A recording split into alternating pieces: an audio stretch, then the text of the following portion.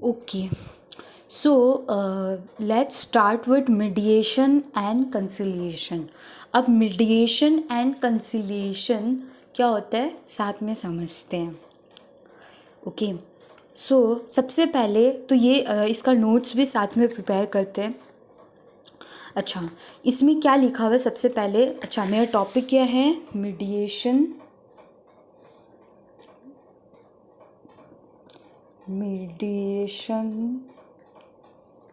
And conciliation.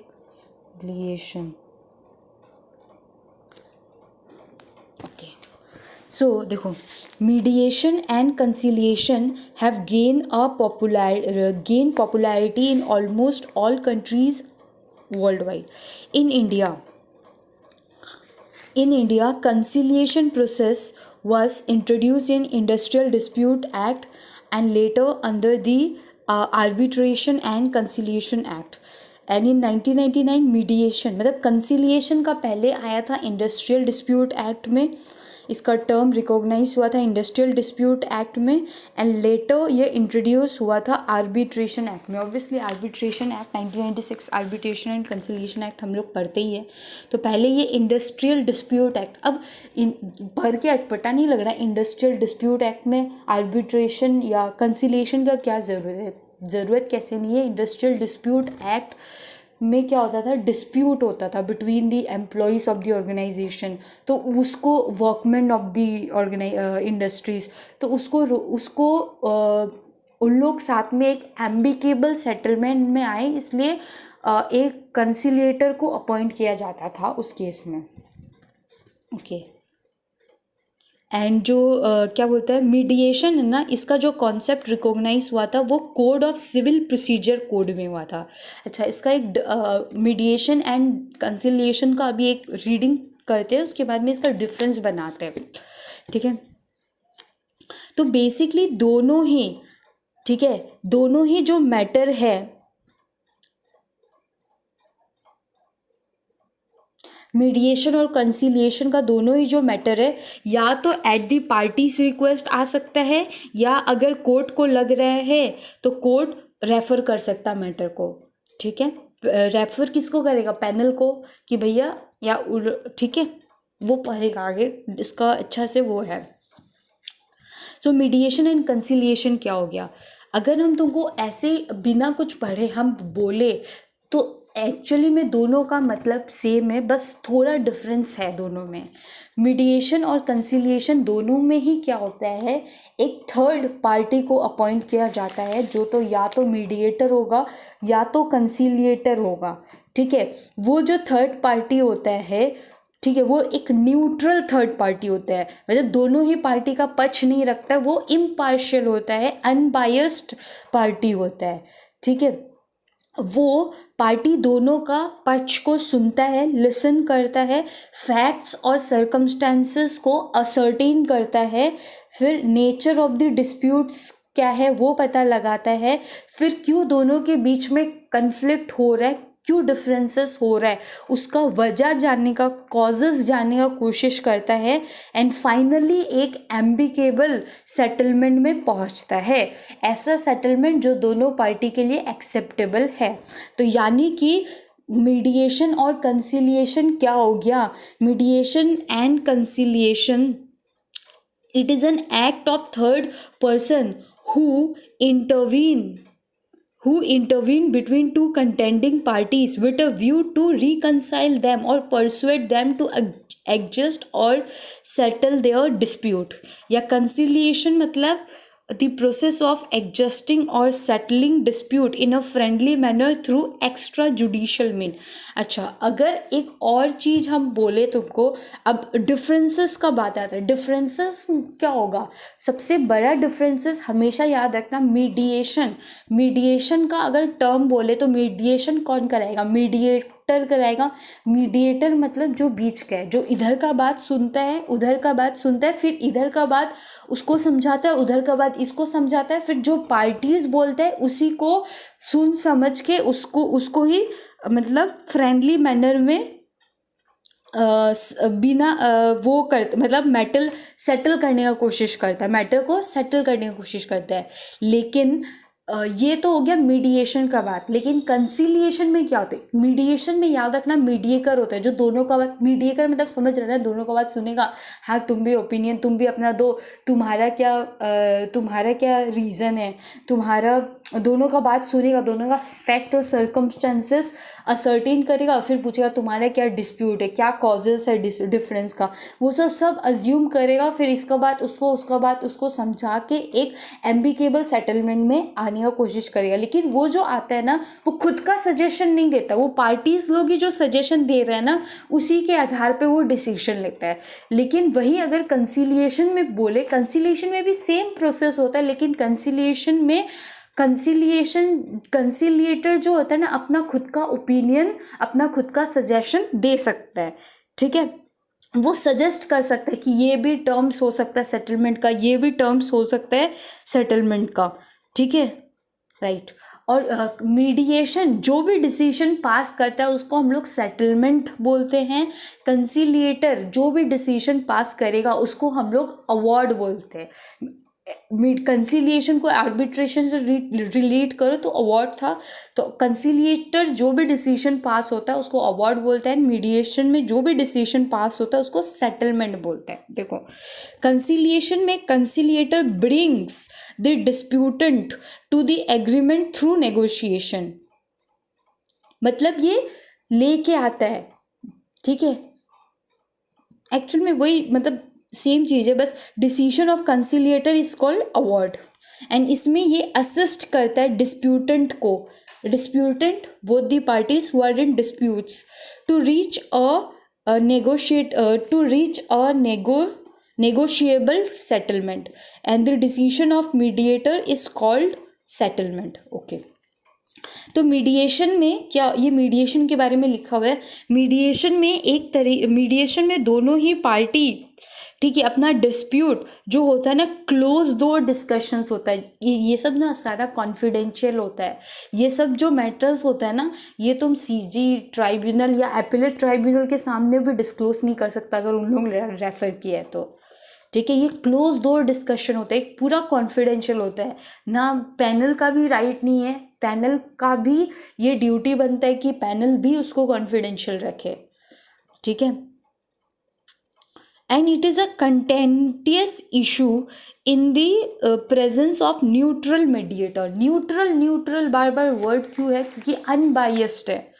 ठीक है, this is a voluntary process in and is undertaken if the party is willing where the interest are. Okay, so this is not so, इसमें बस क्या है वो लिखा हुआ है। देखो, मीडिएशन एक तरीका का time bound private and confidential process है।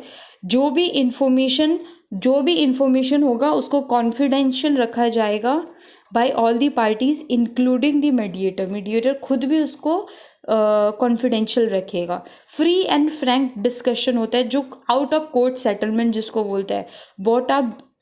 जो भी डिस्कशन होता है वो कोर्ट के सामने भी पेश नहीं किया जाता है if the disputes are not resolve. समझो हम लोग ये डिस्कशन किया, तुम बोला ये, तुम बोला वो, लेकिन हम लोग का रिजॉल्व नहीं हुआ मैटर, तो अब हम लोग जाके कोर्ट को भी नहीं बता सकता, वो आपस का बात है, वो कॉन्फिडेंशियल बात है। ठीक है, बट द कॉन्फिडेंशियल देखो इसमें डिफरेंस दिया हुआ है। But the conciliator suggest terms for settlement. Okay, the mediator do not suggest the manner of settlement to the parties. Okay, इसका जो सेक्शन ये बेसिकली दोनों ही मीडिएशन और कंसिलिएटर एक तरीका का ऑल्टरनेटिव डिस्प्यूट रिजोल्यूशन मेकानिज्म है। ऑल्टरनेटिव डिस्प्यूट रिजोल्यूशन का मतलब, ऑल्टरनेटिव का मतलब obviously it can not replace court को रिप्लेस नहीं कर सकता है। ये एक ऑल्टरनेटिव सोल्यूशन है, मतलब कुछ सिविल मैटर्स को इन लोग चाहे तो रेफर कर सकता है मीडिएशन और कंसिलिएशन को। मतलब बेसिकली ये आया क्यों था ऑल्टरनेटिव डिस्प्यूट रिजोल्यूशन, ताकि कोर्ट का बर्डन को कम करा जा सके। ये कोर्ट को हेल्प करता है। ठीक है, कोर्ट को हेल्प करता है, कोर्ट को ये ऑब्वियसली रिप्लेस नहीं कर सकता है। ठीक है, कोर्ट को ये हेल्प करता है, ये चीज़ याद रखना, कोर्ट को सप्लीमेंट करता है, कोर्ट को हेल्प करता है इन फंक्शनिंग, लेकिन ये ऑब्वियसली रिप्लेस नहीं कर सकता कोर्ट को, बिकॉज ये एक ऑल्टरनेटिव डिस्प्यूट रिजोल्यूशन है, और ये सारा मैटर्स को तो ऑफकोर्स डील कर ही नहीं सकता। सिविल मैटर्स में भी कुछ कुछ मैटर्स है सिविल का जो ये डील कर सकता है, उसमें तुम पढ़ेगा क्या क्या मैटर्स है जो इन लोग डील नहीं कर सकता बाद में। इसका इम्पोर्टेंस क्यों था, क्यों मीडिएशन और कंसिलिएशन को लाया गया, क्योंकि ये जो है ताकि कॉस्ट कम लगे, ठीक है, ताकि सर्टेनिटी हो आउटकम में, बिकॉज ये एक टाइम बाउंड प्रोसेस है। इसमें क्या है कि तो मीडिएशन और कंसिलिएशन पैनल के पास गया, उन लोगों को 3 मंथ्स का टाइम मिलता है, 3 मंथ्स में उन लोगों को डिस्प्यूट को रिजॉल्व करना पड़ता है, 3 मंथ्स का एक्सटेंशन मिल सकता है। अब 6 महीना में अगर डिस्प्यूट रिड्रेस नहीं होता तो वापस कोर्ट के पास जाना पड़ता है, तो ये एक टाइम बाउंड प्रोसेस है, ठीक है, तो सर्टेनिटी हो जाता आउटकम का, ठीक है। तो इस वही सेम चीज़ घुमा फिरा के एक ही पॉइंट है, फ्लेक्सिबिलिटी इन द रिजल्ट और सोल्यूशंस, ठीक है, एनफोर्सेबिलिटी ईजी हो जाता है, एटमोसफियर अच्छा होता है। ये सब जो है ना, ये डिसएडवांटेजेस है रेगुलर कोर्ट का, एडजुडिकेटिंग प्रोसेस का, मतलब नॉर्मल कोर्ट्स में ये सब होता है, तो इसका एडवांटेजेस होगा तुम्हारा मीडिएशन में, ठीक है। तो मेन ऑब्जेक्ट ऑफ मीडिएशन क्या है, to litigate public a speedy satisfactory alternative process in a certain type of civil cases, ठीक है। इसका मेन 2 बेनिफिट है, पहला कि पार्टीज को amicable solution by negotiated settlement find कराना, दूसरा कोर्ट को भी टाइम मिल जाता है, कोर्ट बाकी सारा मैटर्स में डील कर सकता है, कि कोर्ट के पास केसेस कम है क्या, लेकिन ये रिप्लेस नहीं कर सकता है कोर्ट को, ये याद रखना, ये सप्लीमेंट करता है फंक्शनिंग ऑफ द कोर्ट्स। तो ये इंपॉर्टेंस ऑफ मीडिएशन में तुमको बस बताएगा रुको, ठीक है। जैसे हम बोला था मीडिएटर और कंसिलिएटर क्या करता है, ये एक तरीका का non adjudicatory dispute redressal process है, जहाँ पे एक न्यूट्रल थर्ड पार्टी रेंडर करता है assistance to the dispute to reach a satisfactory settlement, and जो भी न्यूट्रल थर्ड पार्टी होगा वो लिसन करेगा पार्टीज़ को, असर्टेन करेगा क्या फैक्ट्स एंड सर्कमस्टांसेस है, नेचर ऑफ डिस्प्यूट क्या है भाई, आइडेंटिफाई करेगा क्यों डिफरेंसेस हो रहा है, क्यों कन्फ्लिक्ट हो रहा है, एंड फाइनली एक एम्बिकेबल सेटलमेंट में पहुंचेगा, ठीक है। ये एक तरीका का प्रोफेशनली मैनेज नेगोशिएबल प्रोसेस है। एक केस लॉ था एफकम infrastructure limited versus चैरियन Warke construction company private limited. इसमें सुप्रीम कोर्ट बोला था कि सारा केसेस जो trade, commerce, contracts, consumer dispute या इवन टोर्टियस एक्ट से, लाइबिलिटी से जो रिलेटेड है ना, वो सब मीडिएटेड हो सकता है। टोर्टियस लाइबिलिटी हमको समझ नहीं आया, बाकी समझ में आ रहे। एनीवे, सो इम्पॉर्टेंस पूछे तो पहला पॉइंट तुम इसमें ये डाल सकता है, ठीक है, ये तो इजी है। दूसरा पॉइंट ये क्या है, इसका बेनिफिट है एंड कैसे ये सिविल कोर्ट्स को ये बेनिफिट कर रहा है, ठीक है, ये दूसरा पॉइंट। ये तीसरा पॉइंट, ये 3 मिला के इसमें डाल देना, ये एक्चुअली में सेम ही है, और ये लैंडमार्क जजमेंट इसका पढ़ लेना, ठीक है। तो इम्पॉर्टेंस ऑफ मीडिएशन हमको लिखाने का दरकार नहीं है, ये इसी से ईजी है। देखो ना, क्यों मीडिएशन करना ज़रूरी है, इसका नोट्स का ज़रूरत नहीं है ना, इसी से पढ़ लेगा।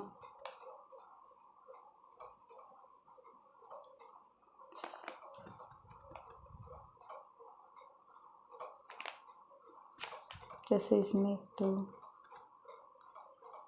क्या, अब differences between mediation and conciliation जो हमको लग रहा है लिख ले तो बेटर होगा।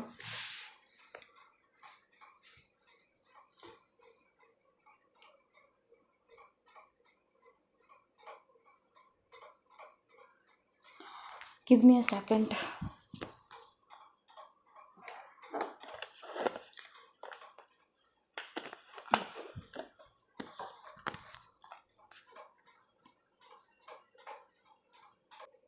ओके, सो मैंने डिफरेंस का कॉलम बनाया है, लेकिन डिफरेंस में आप ये इम्पोर्टेंस वाला पार्ट भी डाल देना, ठीक है। तो डिफरेंस में देखो कैसे लिखना है।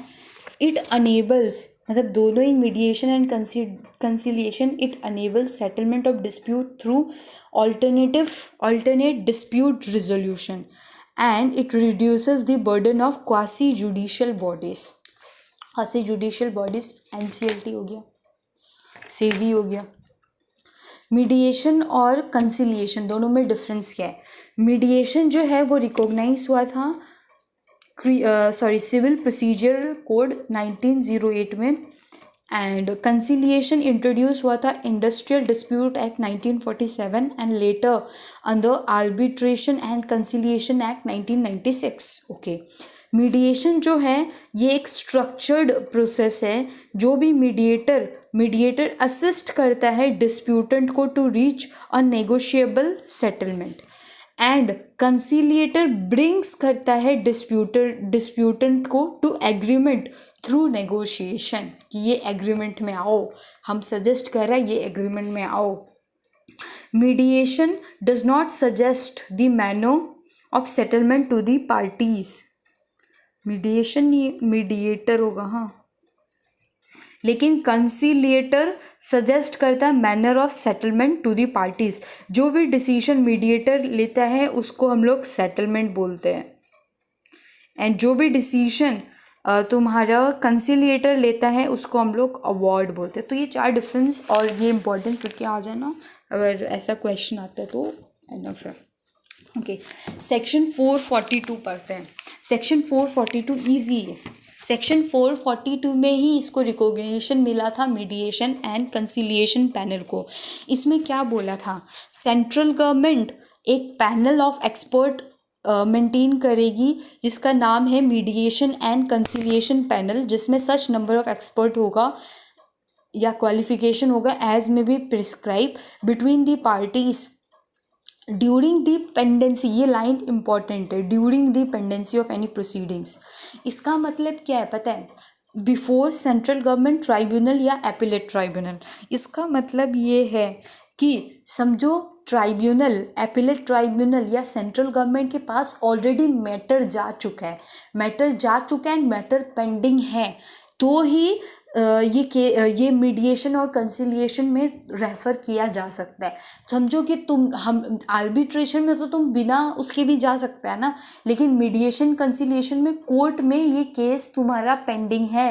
कोर्ट यानी कि सेंट्रल गवर्नमेंट या ट्राइब्यूनल या एपिलेट ट्राइब्यूनल के पास तुम्हारा मैटर पेंडिंग होना चाहिए, तुम्हारा प्रोसीडिंग्स पेंडिंग होना चाहिए, तो ही ये रेफ़र किया जा सकता है मीडिएशन एंड कंसिलिएशन पैनल को। वापस पढ़ते हैं। सेंट्रल गवर्नमेंट स्टैब्लिश्ड करेगा एक panel of expert, already established हो चुका है, सारा काम हो चुका है। ये 2016 में रूल नोटिफाई हुआ था, जिसको मीडिएशन एंड कंसिलिएशन पैनल कहा जाता है। उसमें सच नंबर ऑफ एक्सपर्ट या सच क्वालिफिकेशन होगा जो अभी हम लोग पढ़ेंगे, ठीक है, between the parties during the pendency of any proceedings before the central government tribunal और एपिलेट ट्राइब्यूनल। तो इसमें तो क्या लिखा हुआ है? इसमें बस इतना लिखा हुआ है कि सेंट्रल गवर्नमेंट स्टैब्लिश्ड करेगा। इसमें क्या लिखा हुआ है? इसमें इतना लिखा हुआ है, तुम लिख सकता है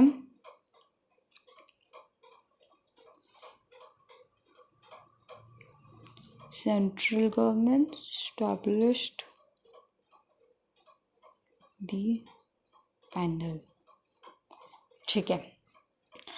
ओके, फिर कोई भी पार्टी टू दी प्रोसीडिंग्स में at any time during the proceedings before the central government tribunal या एपिलेट ट्राइब्यूनल, जिसके पास पेंडिंग है केसेस, वो अप्लाई कर सकता है सेंट्रल गवर्नमेंट को, एपिलेट ट्राइब्यूनल को या ट्राइब्यूनल को, along with such fees as may be prescribe. क्यों अप्लाई कर सकता है? For referring the matter pertaining to such proceedings to the mediation and conciliation panel, and central government फिर as the case में भी अपॉइंट करेगा एक या एक से ज़्यादा एक्सपर्ट्स फ्रॉम द पैनल को। तो सबसे पहले कोई भी पार्टी रिक्वेस्ट कर सकता है, ठीक है। इसमें आ गया तुम्हारा पार्टी का बात। इसमें कोई भी पार्टी में at any time before the central government और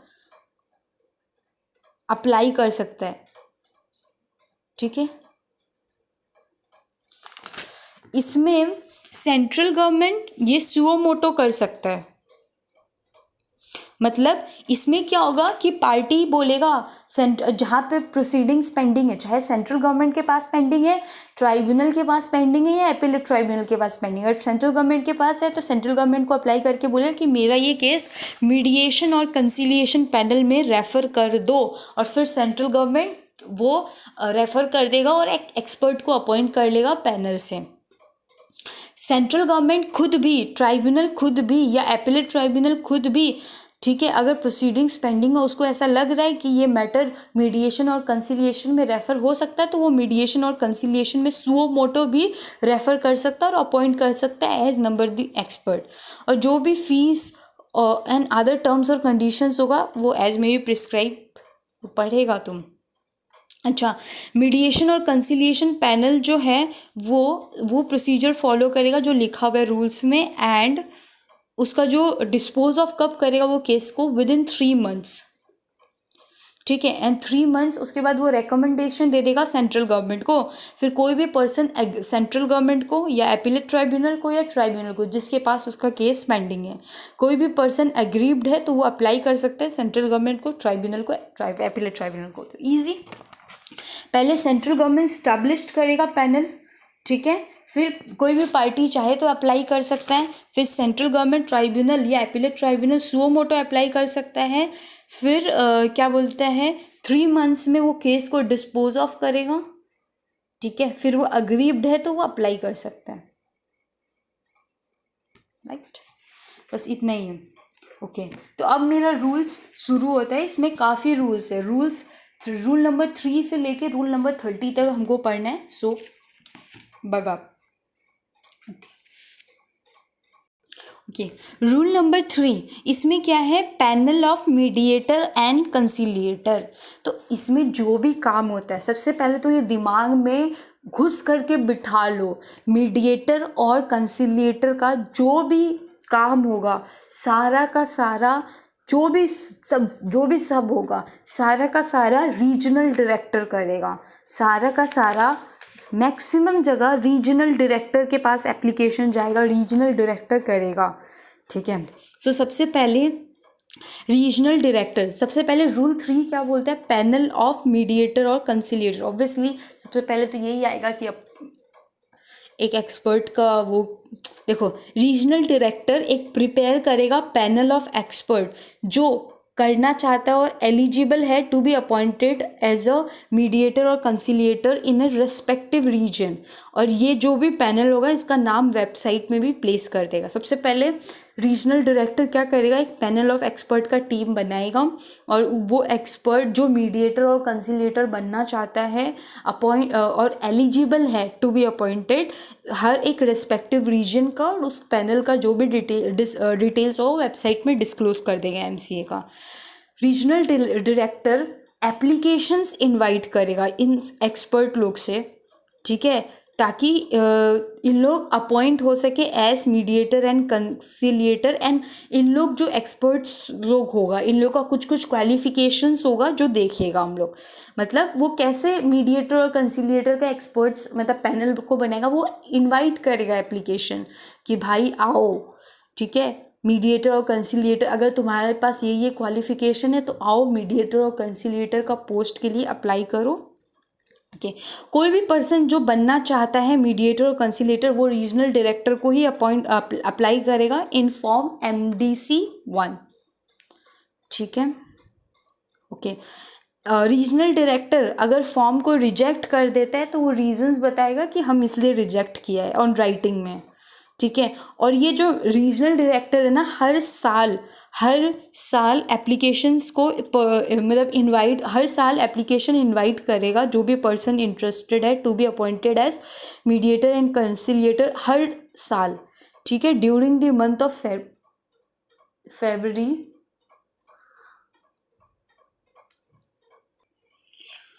ओके, सो हमने क्या पढ़ा कि रूल 3 में panel of mediator and conciliator, regional director एक पैनल ऑफ एक्सपर्ट प्रिपेयर करेगा, ठीक है, जिसमें मीडिएटर और कंसिलिएटर जो एलिजिबल है टू बी अपॉइंटेड, एंड इसको वेबसाइट में भी डालेगा। वो हर साल एप्लीकेशन इनवाइट करेगा जिसका रिक्विसाइट क्वालिफिकेशन है, एंड जो भी पर्सन एलिजिबल है वो अप्लाई कर सकता है और इंटरेस्टेड है वो अप्लाई कर सकता है रीजनल डायरेक्टर को इन फॉर्म MCD 1। अगर एप्लीकेशन रिजेक्ट कर दिया तो वो रीजंस भी बताएगा और ये हर साल इनवाइट करेगा, तो ये सबसे इजी सेक्शन है। ओके, उसके बाद क्वालिफिकेशन ऑफ एम्पलमेंट, ये इम्पॉर्टेंट है।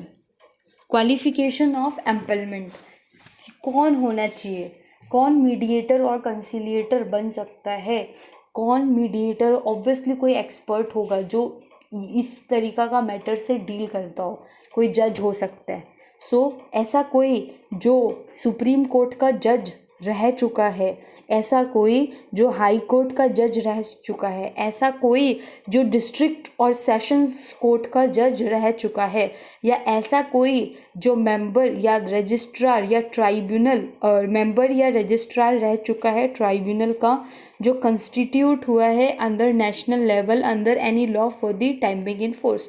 मतलब समझो कोई नेशनल लेवल कोई भी लॉ अगर कंस्टिट्यूट हुआ है, उसका कोई ट्राइब्यूनल जैसे सेवी, ठीक है, उसका मेंबर या उसका रजिस्ट्रार भी बन सकता है, ठीक है, या फिर कोई ऑफिसर, ठीक है, कोई ऑफिसर रह चुका है इंडियन कॉर्पोरेट लॉ सर्विस का या इंडियन लीगल सर्विस का, तो कोई एक लीगल प्रैक्टिशनर्स भी बन सकता है अगर उसका 10 साल का एक्सपीरियंस है। कोई प्रोफेशनल CS CMA भी बन सकता है अगर उसका 15 साल का एक्सपीरियंस। ओ राइट, इसीलिए हम लोग ये पढ़ रहे हैं क्या?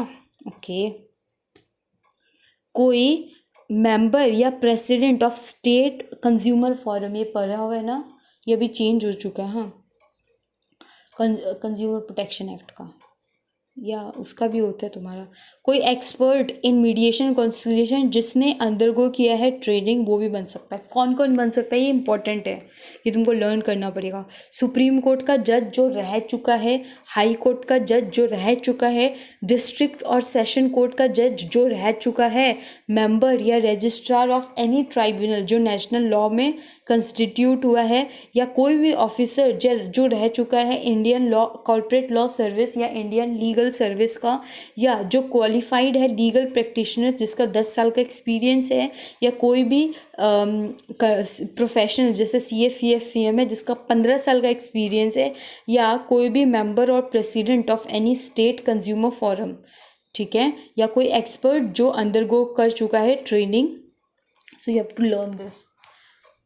ओके, उसके बाद आता है disqualification of empanelment. So this is also important, exam में 2 बार इससे रिलेटेड क्वेश्चंस आए हुए हैं, बस आई एम राइटिंग, इससे 1 बार आए हुए हैं, इससे 2 बार आए हुए हैं। डिस्क्वालिफिकेशन क्या होगा? वो अनडिस्चार्ज इंसॉल्वेंट है या अप्लाई किया है फॉर एडजुडिकेटेड एज एन इंसॉल्वेंट लेकिन उसका एप्लीकेशन पेंडिंग है, नहीं बन सकता, डिस्क्वालिफाइड। या ऐसा पर्सन जो कन्विक्ट है of an offence which in the opinion of central government involves moral turpitude, या जो रिमूव हुआ है या डिसमिस हुआ है from the services of government या कॉर्पोरेट, कंपटीशन लॉ में भी सेम है, has been punish in any disciplinary proceedings by the appropriate disciplinary authority, या फिर जो रिलेटेड पार्टी है जिसका कोई फाइनेंशियल या अदर इंटरेस्ट है जिसका वजह से प्रिजुडिशियली अफेक्ट होगा the discharge by him of any function as mediator and conciliator. अगर कुछ भी फंक्शन वो डिस्चार्ज करे वो प्रिजुडिशियली अफेक्ट होगा, ठीक है। तो डिस्क्वालिफिकेशन अनडिस्चार्ज इंसॉल्वेंट है या एडजुडिकेटेड एज एन इंसॉल्वेंट बट उसका एप्लीकेशन इज पेंडिंग है, has been convicted of an offence which in the opinion of central government involves moral turpitude, has been removed or dismissed from the services of government, या has been punished in any disciplinary proceedings या related है भाई, ठीक है। उसके बाद application, this is rule number 6।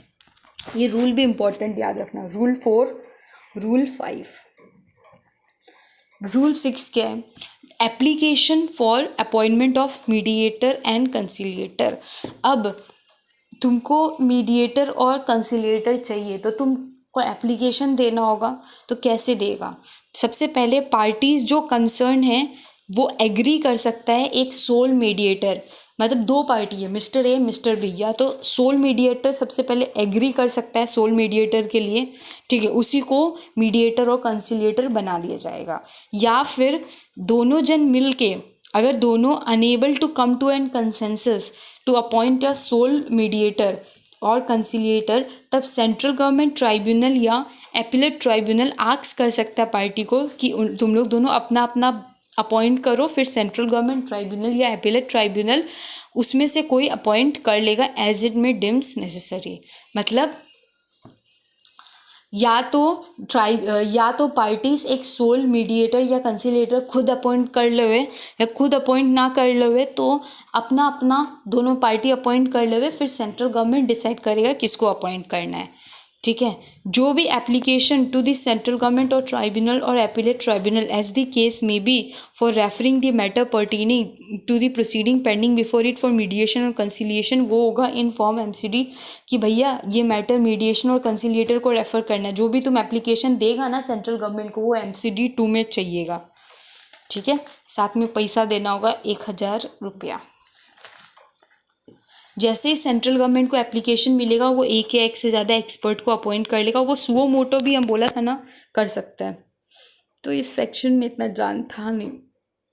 कैसे होता है देखो, या तो एक दोनों पार्टी मिलके एक सोल मीडिएटर अपॉइंट कर लेगा, पहला पॉइंट। दूसरा पॉइंट, भाई सोल मीडिएटर अपॉइंट नहीं करना तो अपना अपना रेस्पेक्टिव मीडिएटर या कंसिलिएटर अपॉइंट कर लेगा। फिर सेंट्रल गवर्नमेंट उसमें से किसी को अपॉइंट कर लेगा। फिर अगर उन लोग को अगर चाहिए मीडिएटर और कंसिलिएटर तो उन लोगों को एप्लीकेशन देना होगा MCD 2 में, ठीक है। फिर जैसे ही एप्लीकेशन मिलेगा सेंट्रल गवर्नमेंट ट्राइब्यूनल या एपिलेट ट्राइब्यूनल क्या करेगा, एक एक्सपर्ट्स को अपॉइंट कर लेगा पैनल से। वो पैनल बनाया हुआ रहता है, उसमें से किसी को उठा के अपॉइंट कर लेगा। सेंट्रल गवर्नमेंट खुद भी अगर उसको लगे तो वो रेफर कर सकता मैटर एंड अपॉइंट कर सकता है एक्सपर्ट को, ठीक है। उसके बाद deletion from panel. Regional director चाहे तो उसका रीजंस देके किसी भी मेंबर को, ठीक है, अपॉर्चुनिटी ऑफ बीइंग हर्ड देके किसी भी पर्सन को रिमूव कर सकते हैं फ्रॉम द पैनल। विड्रॉइंग, वो पर्सन खुद भी चाहे तो intend to withdraw his name, ठीक है, वो विड्रॉ कर सकता है मीडिएटर या कंसिलिएटर का। उसको एप्लीकेशन देना होगा रीजनल डायरेक्टर को, एंड फिर रीजनल डायरेक्टर 15 दिन के अंदर उसका नाम विड्रॉ कर देगा। ये ईजी है। इसमें रीजनल डायरेक्टर चाहे तो डिलीट कर सकता है, वो चाहे तो खुद भी विड्रॉ कर सकता है रीजनल डायरेक्टर का एप्लीकेशन, तो रीजनल डायरेक्टर 15 दिन के अंदर डालेगा। अब ड्यूटी ऑफ मीडिएटर और कंसिलिएटर टू डिस्क्लोज सर्टेन फैक्ट, ये हमको भी समझ नहीं आया ठीक से। बस इसमें इतना लिखा हुआ है कि जो भी मीडिएटर और कंसिलिएटर होगा उसको डिस्क्लोज करना होगा सेंट्रल गवर्नमेंट को, ट्राइब्यूनल को या फिर एपिलेट ट्राइब्यूनल को अबाउट एनी सर्कमस्टेंसेस। अगर मतलब उसको लग रहा है मीडिएशन या कंसिलिएशन करते वक्त उसको लग रहा है कि नहीं भैया हम बायस डिसीजन दे रहे हैं या हम पार्शियल डिसीजन दे रहे हैं, तो उसको ये सारा फैक्ट्स को सेंट्रल गवर्नमेंट, एपिलेट ट्राइब्यूनल या ट्राइब्यूनल को डिस्क्लोज करना पड़ेगा और पार्टीज़ को भी डिस्क्लोज करना पड़ेगा, राइट। फिर सेंट्रल गवर्नमेंट ट्राइब्यूनल या एपिलेट ट्राइब्यूनल चाहे तो अपन receive of any disclosure furnished by mediator और कंसिलिएटर, और मतलब ये डिस्क्लोजर जो उसको मिला है ना उस बेसिस पे वो चाहे तो उसका एप्लीकेशन को विड्रॉ कर सकता है एंड दूसरा मीडिएटर और कंसिलिएटर को अपॉइंट कर सकता है फॉर द प्रोसीडिंग्स। इतना ईजी है। मतलब उसको लग रहा है कि वो भैया इम्पार्शियल हो जाएगा, वो रिलेटेड पार्टी है, वो इम्पार्शियल हो जाएगा, वो बायस्ड हो जाएगा, वो पार्शियल हो जाएगा, वो बायस्ड हो जाएगा, तब उस केस में वो सेंट्रल गवर्नमेंट को बताएगा, फिर सेंट्रल गवर्नमेंट दूसरा मीडिएटर को अपॉइंट कर लेगा, ठीक है। उसके बाद क्या है, procedure for disposal of matter, rule 11। अच्छा, अब दोनों पार्टीज मीडिएटर और कंसिलिएटर अपॉइंट कर चुका, अपॉइंटमेंट का प्रोसीजर खत्म है, विड्रॉ करना है, रिमूव करना है, आरडी को एप्लीकेशन दो, रिमूव हो जाओ, ठीक है, आरडी चाहे तो खुद भी रिमूव कर सकता है, विड्रॉ करेगा तो 15 दिन में वो बता देगा, अपडेट कर देगा। ठीक है, अब दोनों आपस में मिल रहा है, दोनों पार्टी आपस में मिल रहा है, केस कैसे डिस्पोज ऑफ होगा, सुलझाया कैसे जाएगा। देखो, मीडिएटर और कंसिलिएटर क्या करेगा, एक डेट और टाइम फिक्स करेगा, पार्टीज को कंसल्ट करने के बाद एक डेट और टाइम फिक्स करेगा जहाँ पे पार्टीज को प्रेजेंट होना पड़ेगा, इसलिए फॉर मीडिएशन और कंसिलिएशन सेशन। ठीक है, फिर डेट और टाइम फिक्स किया, he shall hold the mediation और conciliator at the place decided by central, और जो सेंट्रल गवर्नमेंट या ट्राइब्यूनल या एपेलेट ट्राइब्यूनल प्लेस बोला है या जो पार्टीज प्लेस बोला है, उस प्लेस में मीडिएशन और कंसिलिएशन, मतलब उस प्लेस में जहाँ पे मीडिएटर और दोनों पार्टीज आपस में जॉइंटली एग्री किया है, उस प्लेस में मीडिएशन और कंसिलिएशन होल्ड किया जाएगा, सेशन होल्ड किया जाएगा। तो उस पहले वो डेट और टाइम कौन फिक्स करेगा, ये मीडिएटर और कंसिलिएटर फिक्स करेगा, और प्लेस होगा as per the central government, tribunal या एपेलेट ट्राइब्यूनल या बोथ दी पार्टीज जो जॉइंटली एग्री कर रहे हैं। फिर वो मीटिंग जॉइंट या सेपरेट मीटिंग, सबसे पहले हो सकता है ना दोनों पार्टी का अलग अलग मीटिंग करे, फिर जॉइंट में मीटिंग करे with the parties. Session start होने का 10 दिन पहले हर एक पार्टी को सबमिट करना होगा एक ब्रीफ मेमोरेंडम। ओके, हम डिस्कस कर रहा था procedure for disposal of matter. अब सब एप्लीकेशन सब दे दिया, अब कैसे दोनों पार्टीज मिलके कैसे डिस्पोज किया जाएगा, मीडिएटर और कंसिलिएटर का काम कैसे स्टार्ट होगा, वो डेट और टाइम फिक्स करेगा। ठीक है, जिस डेट और टाइम पे दोनों मीडिएटर और कंसिलिएटर को दोनों पार्टीज़ को प्रेजेंट होना पड़ेगा, और एक प्लेस फिक्स्ड होगा जो या तो सेंट्रल गवर्नमेंट फिक्स करेगा या दोनों पार्टीज आपस में मिल के फिक्स करेगा। ठीक है, फिर साथ में या तो जॉइंट और सेपरेट मीटिंग कंडक्ट किया जाएगा, और ये ड्यूटी है हर ईच पार्टी को 10 दिन सेशन से पहले, 10 दिन सेशन का 10 दिन पहले मीडिएटर और कंसिलिएटर को एक मेमोरेंडम सबमिट करना होगा जो मैटर्स वो रिजॉल्व करना चाहता है। ठीक है, और ये मतलब दोनों ही का जो मतलब इससे एक पार्टी से लिया मेमोरेंडम दूसरा पार्टी को देगा, दूसरा पार्टी का मेमोरेंडम लिया दूसरा पार्टी को देगा, बस इतना याद करने से हो जाएगा। फिर और भी जो इन्फॉर्मेशन मीडिएशन और कंसिलिएशन मांगे उसको फर्निश्ड करना होगा।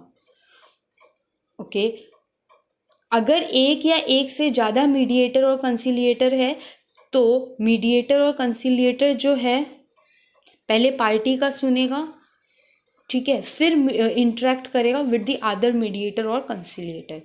इजी, ये इम्पॉर्टेंट है। हाँ, प्रोसीजर पूछा नहीं है लेकिन ये इम्पॉर्टेंट है ये एक्चुअली, बिकॉज मेन काम तो यही हुआ ना, यही तो करने के लिए पूरा एक्ट को बनाया गया है, अपॉइंट किया गया, एप्लीकेशन सब क्यों किया गया है, इसको करने के लिए। सबसे पहले मीडिएटर और कंसिलिएटर एक डेट और टाइम फिक्स करेगा, प्लेस सेंट्रल गवर्नमेंट, ट्राइब्यूनल या एपेलेट ट्राइब्यूनल फिक्स करेगा, उस प्लेस में होल्ड करना है सेशन। ठीक है, या तो पार्टीज जॉइंटली भी फिक्स कर सकता है। फिर मीटिंग्स या तो जॉइंट मीटिंग होगा या सेपरेट मीटिंग कंडक्ट होगा। फिर पार्टी को 10 दिन पहले, इसका वो सिनोनिम्स बना के याद कर लेना, 10 दिन पहले मेमोरेंडम देना है कि कौन कौन सा मैटर रिजॉल्व करना है, राइट। फिर अगर 2 या और कुछ भी मांगे मीडिएटर और कंसिलिएटर तो वो भी प्रोवाइड करना है, और अगर एक से ज़्यादा मीडिएटर और कंसिलिएटर है तो पहले मीडिएटर और कंसिलिएटर अपना अपना पार्टी से इंटरेक्ट करेगा, फिर दूसरा मीडिएटर का सुनेगा।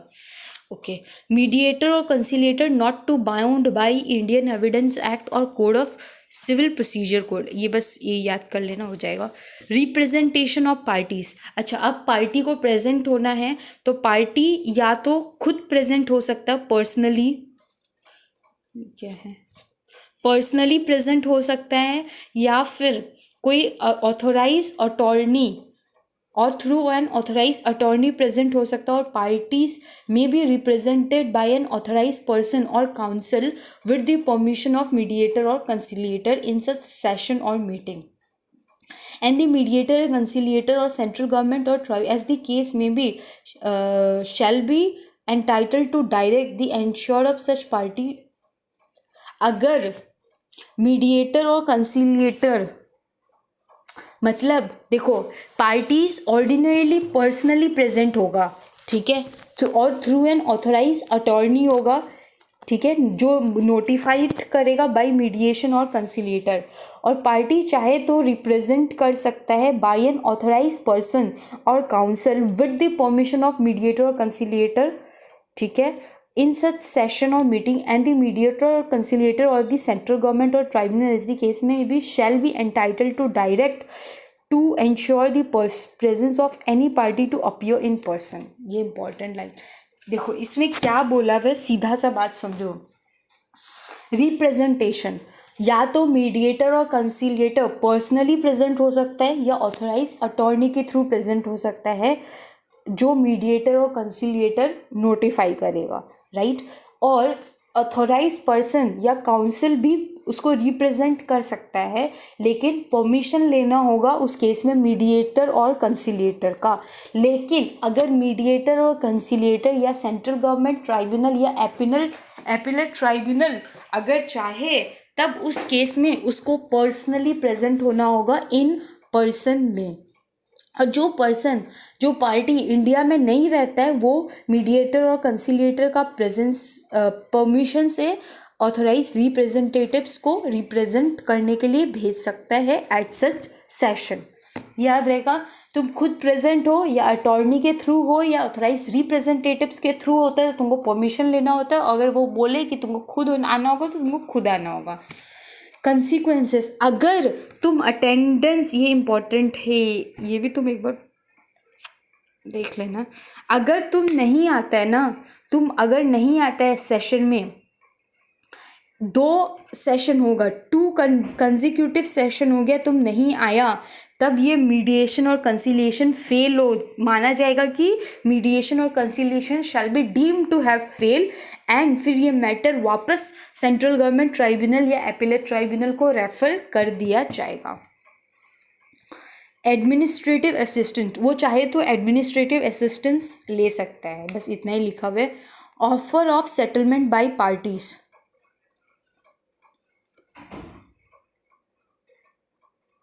मतलब इसमें ये लिखा हुआ है कि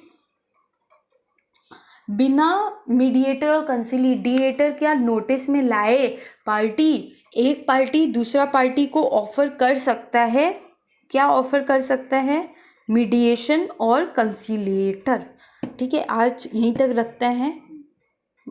give me 5 minutes, I will be back, okay.